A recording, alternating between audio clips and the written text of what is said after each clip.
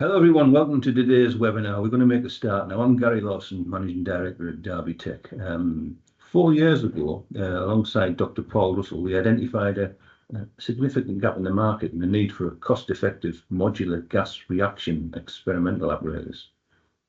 Our vision was to create a system that could facilitate gas mixing and high-temperature reactions, specifically designed for experiments involving variable flow rates, temperature, and catalyst compositions. We focused on key reactions like the decomposition of ammonia, methane combustion, and steam methane reforming, crucial processes for producing fuel-grade hydrogen. So our goal really is to empower universities with affordable equipment for final year projects and postgraduate research into hydrogen production technologies. We understood that most university labs already possess some of the equipment that forms part of our system, for example, analytical equipment such as mass spectrometers, gas and steam supplies, fume cupboards, etc. And this led us to develop a modular apparatus. This is a core feature really. Universities have the flexibility to purchase the entire system or acquire individual modules based on the existing laboratory infrastructure. So I'm now going to hand you over to Ahmad Ibrahim. He's our lead KTP Associate. He's going to take you through this in more detail with a short video.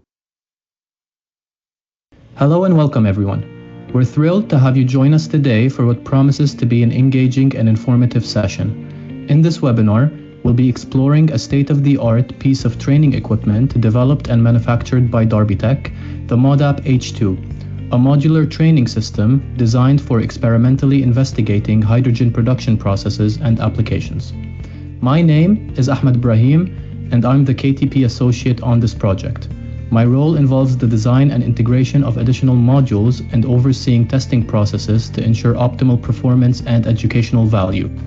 Whether you're an educator, industry professional, or simply curious about hydrogen technologies, we're excited to share insights that could inform your work and inspire new ideas. So let's dive in. In this webinar, we'll be exploring the Modular Apparatus Hydrogen Demonstration Unit, a compact, highly versatile, and multifunctional system designed to demonstrate key chemical processes. These include methane oxidation, ammonia decomposition, and steam methane reforming, all critical to modern hydrogen production. This unit is built with flexibility and research in mind. It features configurable gas inputs, integrated steam generation for the steam methane reforming process, and precise control of upstream and downstream pressure using back pressure regulators and vent lines. It also supports data acquisition and experimental control, making it ideal for both research and educational environments. Thanks to its modular design, the unit can be quickly reconfigured to accommodate different chemistries, offering a safe and efficient platform for demonstrating hydrogen technologies at a laboratory scale. Before moving any further, I'll first cover a brief overview of the project scope by using this block diagram. To enhance the capabilities of the base unit, several advanced modules are currently being developed for integration. These modules are designed to address the more complex aspect of clean hydrogen production and utilization, pushing the boundaries of what this training system can demonstrate. One of the key additions is the tri-reactor cartridge. This module houses 3 distinct reactors, enabling efficient steam methane reforming and chemical oxidation processes, a critical step in hydrogen generation.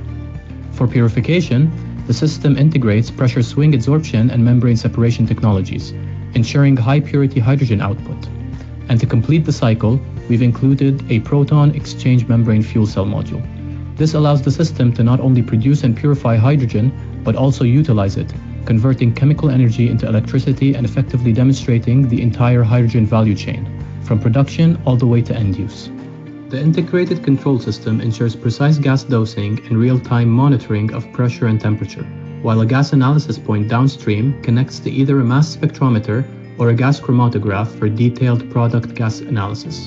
And finally, with remote operability in mind, a cybersecurity module has been added to enable safe, secure remote access and control of the rig, making it ideal for both on-site and remote training environments. In 2018, Teesside University obtained funding from European Regional Development Fund for the Teesside Hydrogen Innovation Project to develop a network of small and medium enterprises in the Tees Valley that would support the developing hydrogen economy in the region. As part of this project, the academic team built a series of microscale plants to demonstrate various facets of the hydrogen supply chain. This body of work represented significant academic learning in these emerging technologies. Concurrent with the project, the academic team realized that there were few teaching apparatus available for this sector and none which demonstrated the complete process from production of hydrogen through purification and its eventual use in fuel cells. We wanted these teaching aids for our own course but could not find them. One of the project partners was DarbyTech, who expressed an interest in developing demonstrators in the hydrogen sector to support both operator and undergraduate training needs.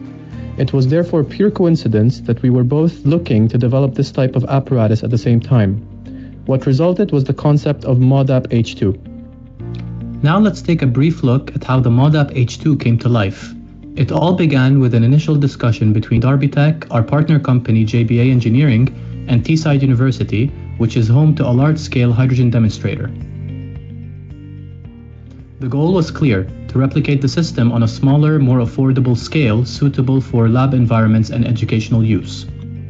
Following early conversations in 2021, DarbyTech took a significant step forward by hiring a Teesside University graduate as clean energy prototype engineer. Working closely with a new team member, we were able to collaboratively research, design, and manufacture a modular lab-based teaching and research apparatus, now known as the ModApp H2. It's important to highlight the health and safety considerations that have been central to the design and operation of the ModApp H2. Safety is a top priority, especially when working with gases and high-temperature processes.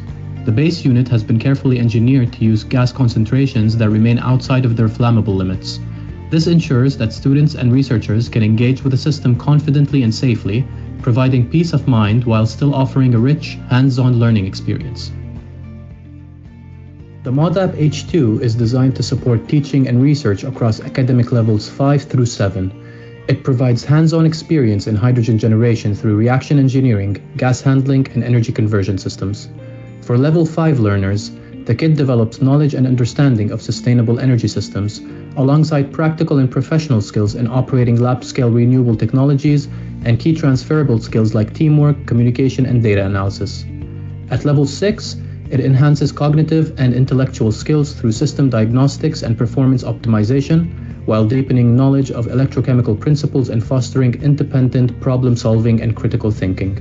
And finally, at Level 7, the apparatus supports research skills through experimental design and data interpretation, cultivates professional skills in engineering practice and reporting, and strengthens personal and transferable skills such as project leadership, innovation, and reflective evaluation, preparing students for advanced careers in the hydrogen and clean energy sectors.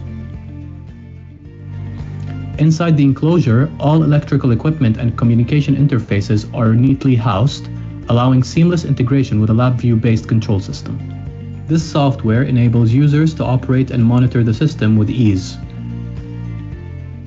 The academic feedback on the ModApp H2 has been overwhelmingly positive, highlighting its value in preparing students for the growing hydrogen economy, which is seen as a cornerstone of a decarbonized future. With new technologies rapidly emerging across hydrogen production, storage, and utilization, there is a clear need for chemistry and engineering graduates to gain hands-on experience in this field. Let's now explore some of the key experiments that can be conducted using the ModApp H2 demonstrator. First up is the ammonia decomposition experiment, which will be the focus of today's webinar.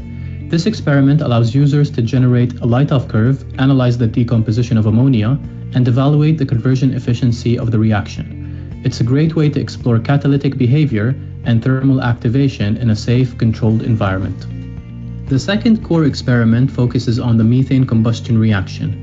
Here, you can run both step and pulse experiments. Step experiments are used to compare the effects of different gas concentrations under isothermal conditions, helping to understand how varying inputs affect the system. Pulse experiments, on the other hand, track the dispersion of gas mixtures over the catalyst bed. These are particularly useful for determining residence times and studying the reactor's dynamic response. Additionally, light-off curve experiments can be conducted in this setup as well, helping to determine the minimum temperature required for the onset of conversion in different chemical reactions. These experiments not only reinforce key principles in catalysis and reaction engineering, but also offer practical, hands-on experience in operating and analyzing real-time hydrogen-related processes. Now let's dive into the actual ammonia decomposition experiment that was conducted at Teesside University on June the 3rd.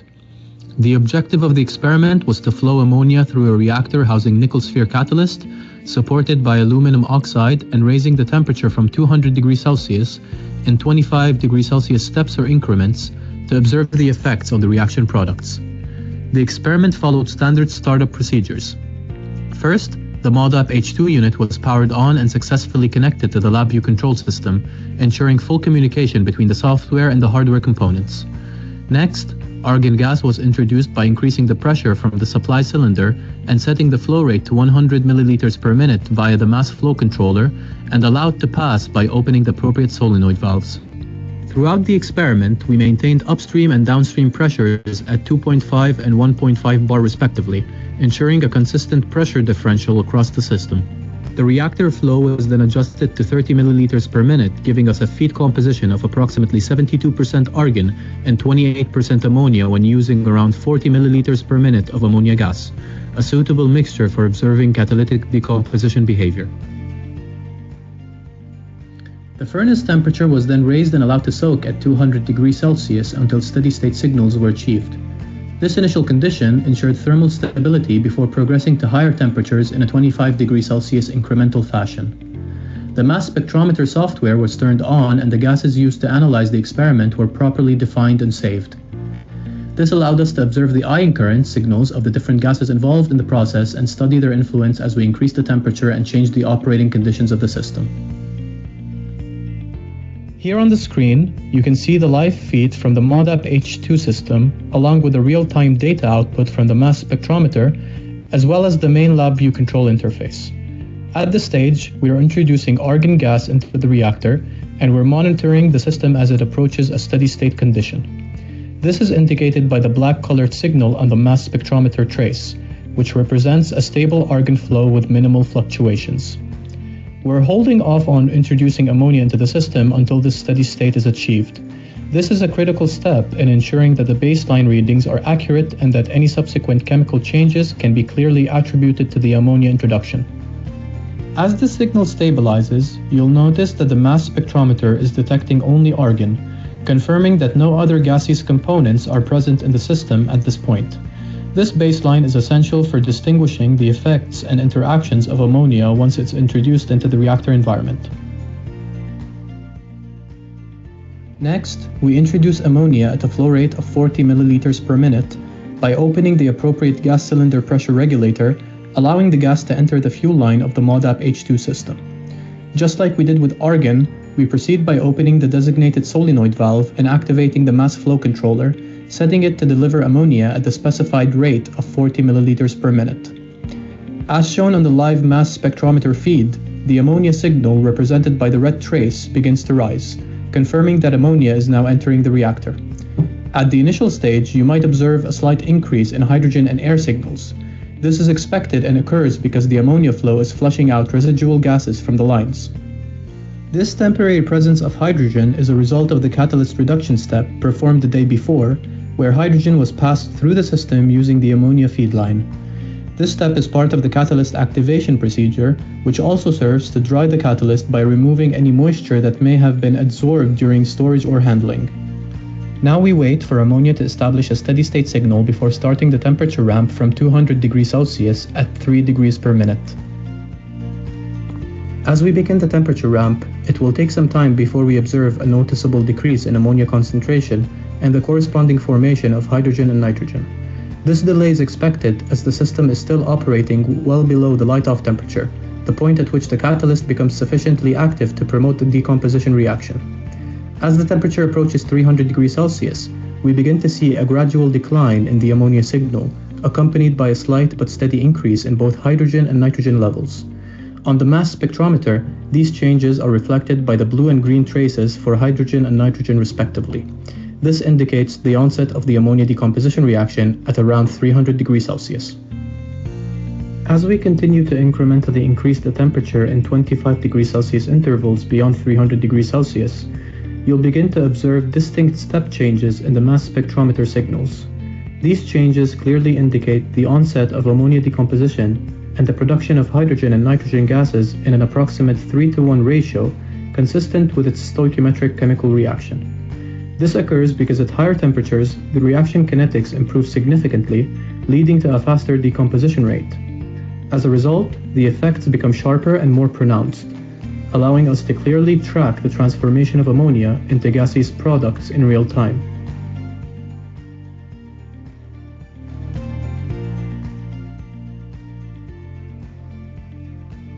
At 550 degrees Celsius, we achieve complete conversion of ammonia into its gaseous products, indicating that the chemical reaction has reached full completion. This confirms that at this temperature, all the ammonia fed into the system has been effectively decomposed, with no residual ammonia detected in the mass spectrometer output. After achieving 100% ammonia conversion, we begin adjusting the operating conditions to observe how these changes influence the composition of the output gases. Specifically, we vary the ammonia flow rate by gradually reducing it, first to 20 milliliters per minute, then to 10, and finally shutting it off completely. Starting from the initial flow of 40 milliliters per minute, each step effectively halves the ammonia feed rate. As the flow decreases, the partial pressure of ammonia in the reactor drops, which directly impacts the rate of production formation and the overall gas composition. Eventually, with ammonia flow reduced to zero, the system returns to its initial baseline condition where only argon is flowing. This is reflected in the mass spectrometer signal, which reverts to the original argon-only profile observed at the beginning of the experiment.